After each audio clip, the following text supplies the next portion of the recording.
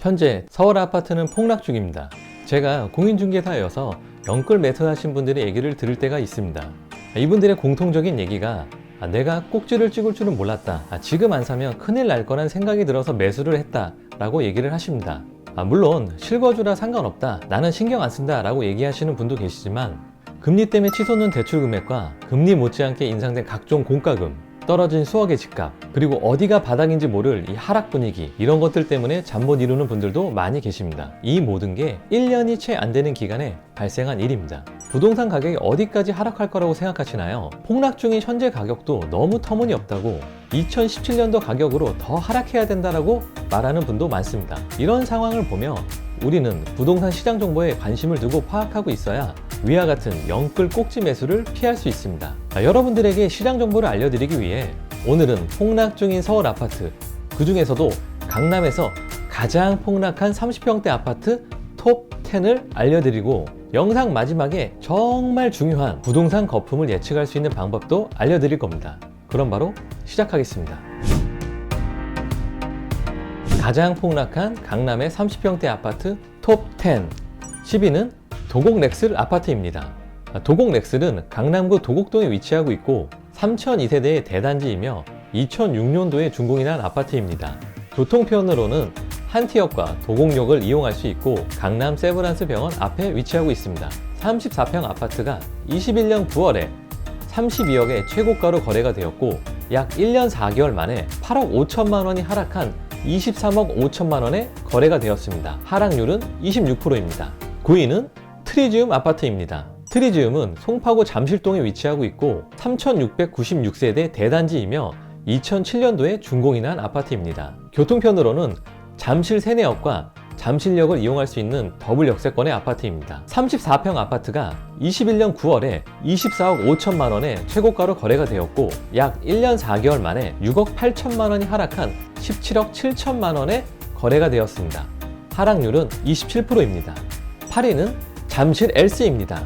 잠실 엘스는 송파구 잠실동에 위치하고 있고 5678세대의 대단지이며 2008년도에 준공이 난 아파트입니다. 교통편으로는 더블 역세권인 종합운동장과 잠실 세내역을 이용할 수 있습니다. 34평 아파트가 21년 10월 달에 27억 원에 최고가로 거래가 되었고 1년 1개월 만에 8억 원이 하락한 19억 원에 거래가 되었습니다. 하락률은 29%입니다. 7위는 개포주공 7단지입니다. 개포주공 7단지는 강남구 개포동에 위치하고 있고 세대수는 900세대이며 1983년도에 준공이 난 재건축 진행 단지입니다. 현재 조합 설립 인가가 난 상황입니다. 교통편으로는 대모산 입구역과 대청역을 이용할 수 있는 더블 역세권입니다. 35평 아파트가 21년 7월에 28억 7천만 원에 최고가로 거래가 되었고 1년 6개월 만에 8억 7천만 원이 하락한 20억 원에 거래가 되었습니다. 6위는 개포자이 프레지던스 아파트입니다. 개포자이 프레지던스는 강남구 개포동에 위치하고 있고 세대수는 3375세대 대단지이며 23년 3월에 준공을 앞두고 있는 신축 아파트입니다. 교통편으로는 개포동역과 대모산 입구역을 이용할 수 있습니다. 33평 아파트가 21년 11월에 29억 5천만 원의 최고가로 거래가 되었고 1년 1개월 만에 9억 5천만 원이 하락한 20억 원에 거래가 되었습니다. 하락률은 32%입니다. 5위는 잠실주공 5단지입니다. 잠실주공 5단지 아파트는 송파구 잠실동에 위치하고 있고 3930세대이면서 1978년도에 준공이 난 아파트입니다. 교통편으로는 잠실역 더블 역세권을 이용할 수 있고 현재 재건축 진행 단지이며 조합 설립 인가가 난 상황입니다. 36평 아파트가 21년 11월에 32억 7,880만 원에 최고가로 거래가 되었고 1년 2개월 만에 11억 380만 원이 하락한 21억 7,500만 원에 거래가 되었습니다. 하락률은 33%입니다. 4위는 파크리오 아파트입니다. 파크리오 아파트는 송파구 신천동에 위치하고 있고 세대수는 6,864세대이며 2008년도에 준공이 난 아파트입니다. 교통편으로는 잠실 나루역과 몽촌토송역, 한성 백제역을 이용할 수 있는 트리플 역세권 아파트입니다. 33평 아파트가 21년 8월 달에 25억 3천만 원으로 최고가로 거래가 되었고 1년 5개월 만에 8억 8천만 원이 하락한 16억 5천만 원에 거래가 되었습니다. 하락률은 34%입니다. 3위는 올림픽 선수 기자촌 아파트입니다. 올림픽 선수 기자촌은 송파구 방이동에 위치하고 있고 세대수는 5,540세대이면서 1988년도에 준공이 난 아파트입니다. 교통편으로는 더블 역세권인 올림픽공원역을 이용할 수 있습니다. 34평 아파트가 21년 8월 달에 24억 7천만 원의 최고가로 거래가 되었고 1년 4개월 만에 8억 6천만 원이 하락한 16억 1천만 원에 거래가 되었습니다. 하락률은 34%입니다. 2위는 가락금호 아파트입니다. 가락금호 아파트는 송파구 가락동에 위치하고 있고 915세대이면서 1997년도에 준공이 난 아파트입니다. 교통편으로는 더블 역세권인 가락시장역을 이용할 수 있습니다. 33평 아파트가 21년 9월 달에 16억 1,500만 원으로 최고가로 거래가 되었고 1년 3개월 만에 5억 6,500만 원이 하락한 10억 5천만 원에 거래가 되었습니다. 하락률은 34.98%입니다. 1위는 올림픽 회밀리 아파트입니다. 올림픽 회밀리는 송파구 문종동에 위치하고 있고 세대수는 4,494세대이고 1988년도에 준공이 난 아파트입니다. 교통편으로는 더블 역세권인 가락시장을 이용할 수 있습니다. 32평 아파트가 21년 9월 달에 21억 원으로 최고가로 거래가 되었었고 1년 3개월 만에 7억 6천만 원이 하락한 13억 4천만 원에 거래가 되었습니다. 매매 하락률은 36.19%입니다.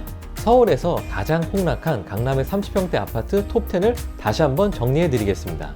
10위는 강남구의 도곡렉스 26.56%, 9위는 송파구의 트리지움 27.76%, 8위는 송파구의 잠실 엘스 29.63%, 7위는 강남구의 개포주공 7단지 30.31%, 6위는 강남구의 개포저의 프레지던스 32.2%, 5위는 송파구의 잠실주공 5단지 33.66%, 4위는 송파구의 파크리오 아파트 34.78%, 3위는 송파구의 올림픽 선수 기자촌 34.82%, 2위는 송파구의 가락금호 34.98%, 1위는 송파구의 올림픽 회밀리 아파트 36.19%로 하락하였습니다.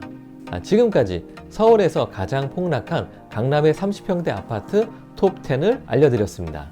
지금부터 정말 중요한 제가 영상 초반에 말씀드린 부동산 거품을 예측할 수 있는 방법을 알려드리겠습니다. 부동산 거품을 예측할 수 있는 통계 자료가 두 가지가 있는데요. 그건 바로 주택구입 부담지수와 전세가율입니다. 첫 번째로 주택구입 부담지수는 중간소득 가구가 대출을 받아 주택을 구입하는 부담지수를 뜻하는데요. 주택구입지수가 100이라면 소득의 25%를 주택담보대출로 상환한다는 얘기입니다. 표를 보시면 21년 1원 지수는 최고점인 214이고 이는 소득의 54%, 즉 월급이 100만 원인 사람이 53만 원을 주택담보대출로 상환한다는 얘기입니다. 그만큼 집값이 부담되는, 즉 거품이 많이 끼었다는 얘기를 뜻하는 겁니다. 2008년 2분기에 주택구입 부담지수는 최고점 164.8을 찍고 하락이 계속 이어지게 됩니다.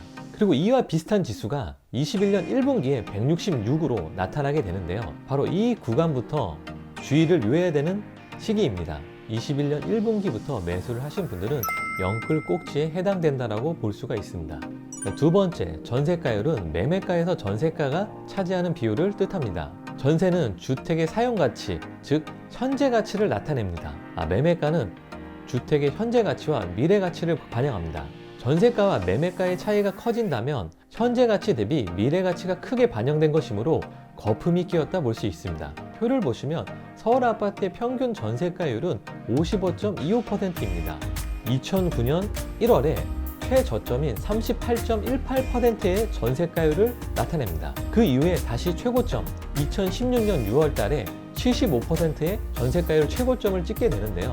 고점 간의 차이가 10.43%를 나타내는데요. 이는 2000년대 초반에는 없었던 전세자금 대출 제도 때문에 최고점의 비율이 10% 증가했다고 볼 수 있습니다. 전세자금 대출 제도 때문에 40% 후반에 전세가율이 최저점을 기록할지는 지켜봐야 알겠지만 확실한 건 지금보다는 전세가율이 조금 더 하락할 거라고 보여집니다. 이 두 가지 통계 자료, 주택구입 부담지수와 전세가율을 잘 살펴보시면 부동산 거품을 예측할 수 있기 때문에 여러분들은 꼭 체크해 보시길 바랍니다.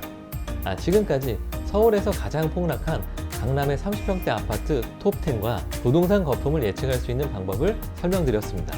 정부 정책 완화로 1월에 상승하는 일부 단지가 나오고 있어 하락이 마무리다 라고 얘기하는 분들도 있지만 아직 섣부른 판단이라고 생각합니다. 2023년도 부동산 전망은 3가지 키워드에 따라 결정 날 것입니다. 그건 바로 첫 번째 미분양, 두 번째 건설사 부도, 세 번째 역전세입니다. 이 세 키워드가 2023년도 하락의 폭과 기간을 결정할 것이기에 여러분들은 이 3가지 키워드를 잘 살펴보시길 바랍니다.